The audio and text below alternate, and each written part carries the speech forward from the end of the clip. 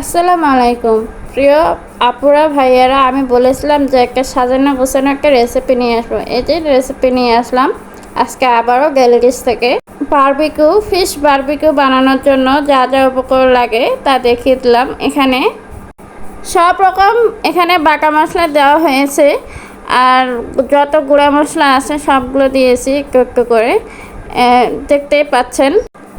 এই তো এখন হলুদ লবণ সহ দিয়ে দিবে এখানে যত এই তো এখন মশলাগুলো এখন ভালো করে মেখে নেব। না মেখে নিলে ভালো করে মাছে ম্যারিনেট করা যাবে না। আজকে ভাবলাম অন্য কিছু একটা জিনিস বানাই, তাই আমরা ভাবলাম যে রেস্টুরেন্টের মতো যদি এখানে বাসায় বানানো যায় তাহলে তো মন্দ হয় না, আর আপনাদের সাথে একটু শেয়ারও করা যাবে। এটা এখন একটু সয়া সসও দিয়ে দিলাম। সয়া সস দিতে হয়, টমেটো সস দিতে হয়, টমেটো সস দিচ্ছি।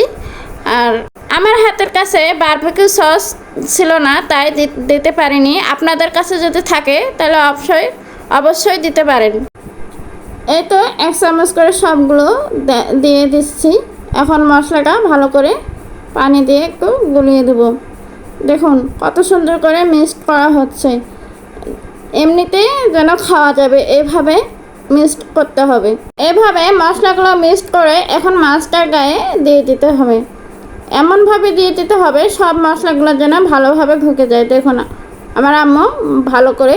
আমি ভেবেছিলাম যে ফিশ বারবিকিউটা অনেক কঠিন হবে না, পরে দেখলাম যে অনেক সহজ, অতটাও কঠিন না। আপনারা এভাবে বাসায় বানিয়ে খেতে পারেন, সেজন্য আপনাদেরকে একটু দেখানো হলো।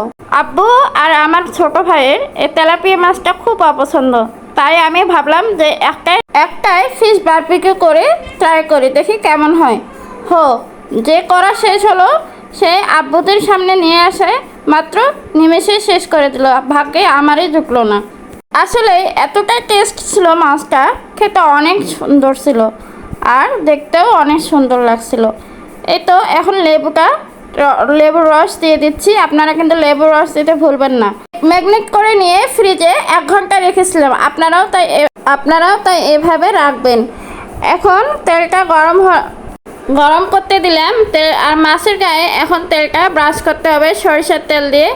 আমি হুট করে দেখলাম আম্মু কোথা থেকে যেন ব্রাশটা রান্নাঘরে খুঁজে পাচ্ছিলাম না। হুট করে দেখলাম আম্মু কোথা থেকে যেন ব্রাশটি নিয়ে আসলো। আমি তো দেখেই চমকে গেলাম। এইভাবে মাছের এক পিক অংশ ব্রাশ দিয়ে তেলটা গরম করতে দিছিলাম। তেলটা গরম হয়ে গেছে, এখন মাছটা ছেড়ে দেব তেলে। দেখুন কত সুন্দর তেল, ডুবো তেলে এরকম হালকা আছে মাছটি ভেজে নিতে হবে। আর এক পিক কড়াইয়ের উপরে আরেক পিক সরিষার তেল দিয়ে একটু ব্রাশ করে নিতে হবে। আবার মশলাগুলো একটু ব্রাশের সাহায্যে এভাবে দিতে হবে।